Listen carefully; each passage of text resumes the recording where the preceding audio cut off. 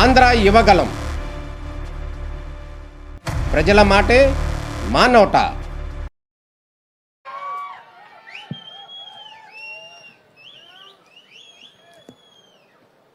గౌరవ ముఖ్యమంత్రి వర్యులు అపర భగీరథులు నారా చంద్రబాబు నాయుడు గారికి, అదేవిధంగా వేదిక మీద ఉన్నటువంటి గౌరవ ప్రజాప్రతినిధులకు, అధికారులకు, వేదిక ముందున్నటువంటి రైతు సోదరులకు, సోదరీమణులకు, పాత్రికేయ మిత్రులకు అందరికీ కూడా ముందుగా నా హృదయపూర్వకమైన నమస్కారాలు మీ అందరికీ కూడా తెలియజేసుకుంటూ ఉన్నా. ఈరోజు ఆంధ్రప్రదేశ్ రాష్ట్రానికి ఒక అపర భగీరథుడు నారా చంద్రబాబు నాయుడు గారని అటు రాయలసీమ దగ్గర నుంచి, ఇటు కోస్తాంధ్ర దగ్గర నుంచి, అటు ఉత్తరాంధ్ర వరకు కూడా కొలుస్తున్నారని అంటే దానికి ఉదాహరణే ఒక పట్టిసీమ. ఎందుకు ఈ మాట చెప్తూ ఉన్నామని అంటే, ఈవేళ కోట్లాది క్యూసెక్కుల వరద నీరు బంగాళాఖాతంలో గోదావరి నుండి కలిసిపోతుంది ఒక పక్క.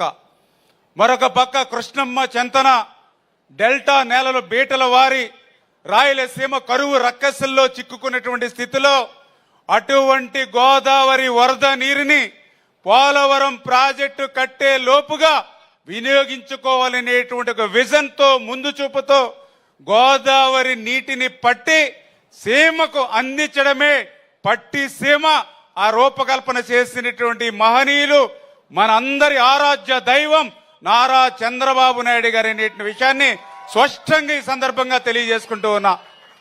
ఆ రోజు 1300 కోట్ల రూపాయలతోటి ఆ రోజు పట్టిసీమను నిర్మాణం చేస్తూ ఉంటే, ఆ రోజు నేను కూడా అసెంబ్లీలో ఉన్న, ఆ రోజు 14-19లో ఆ రోజు ఉన్నటువంటి ప్రతిపక్ష నాయకుడు, గొడ్డల పార్టీ నాయకుడు పట్టిసీమ ఒట్టిసీమ అన్నాడు.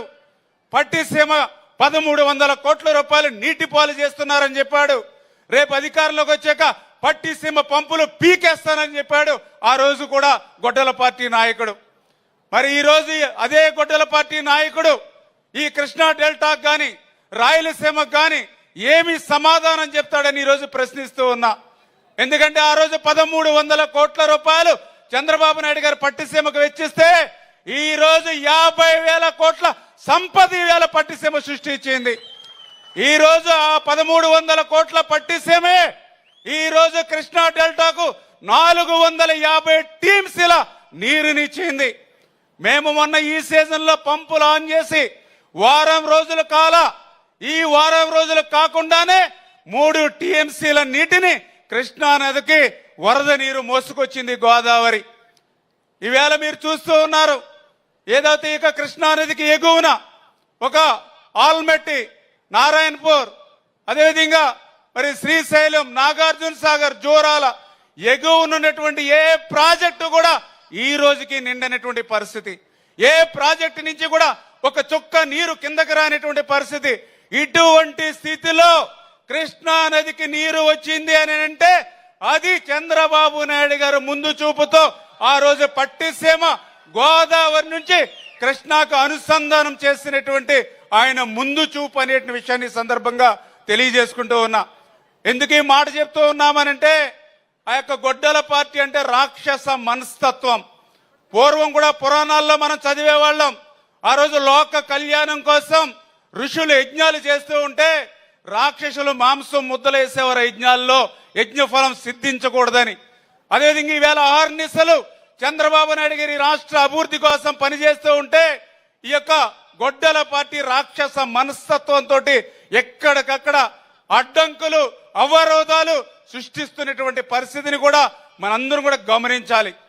ఈ రోజు ఏదైతే కృష్ణా డెల్టా స్థిరీకరణ 13 లక్షల ఎకరాలు స్థిరీకరణ అవుతోంది. ఈ రోజు లక్షలాది మంది ప్రజలకి త్రాగునీరు అందుతుంది ఈ రోజు పట్టిసీమ ద్వారా. అంటే నువ్వు పట్టిసీమను వ్యతిరేకించడం అనంటే రైతును వ్యతిరేకించడమే. పట్టిసీమను వ్యతిరేకించడం అనంటే బీడులు వారే భూములకి నీళ్లు ఇవ్వద్దని నువ్వు చెప్పడమే.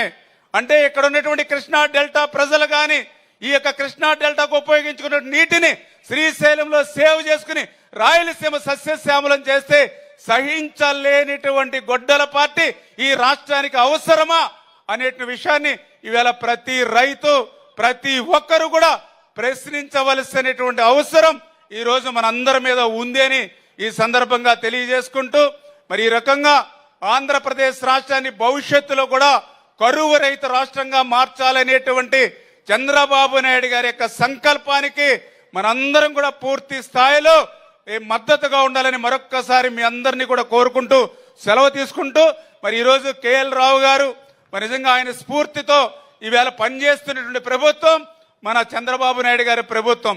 ఎందుకు ఈ మాట చెప్తూ ఉన్నానంటే ఈ రోజనే కదా ఆ రోజే కేఎల్ రావు గారు చెప్పారు నదుల అనుసంధానం ఏదైతే Ganga Yamuna Mahanadi Godavari Krishna Kaveri garlanding of reverse ఈ యొక్క భారతదేశాన్ని కరువు రక్కస్ నుంచి కాపాడుతుందని దాన్ని ఆ రోజు వాజ్పేయి గారు నేడు నరేంద్ర మోడీ గారు మరి ఈ రోజు మన చంద్రబాబు నాయుడు గారు ఆ యొక్క కేఎల్ రావు గారి యొక్క స్ఫూర్తితో ఆయన ఆశయ సాధన కోసం ఈ రోజు ఆంధ్రప్రదేశ్ రాష్ట్రంలో పనిచేస్తున్నటువంటి మరి చంద్రబాబు నాయుడు గారి విషయాన్ని కూడా ఈ సందర్భంగా తెలియజేసుకుంటూ ఈ అవకాశం ఇచ్చిన పెద్దలకు ధన్యవాదాలు తెలియజేసుకుంటున్నాం. Thank you.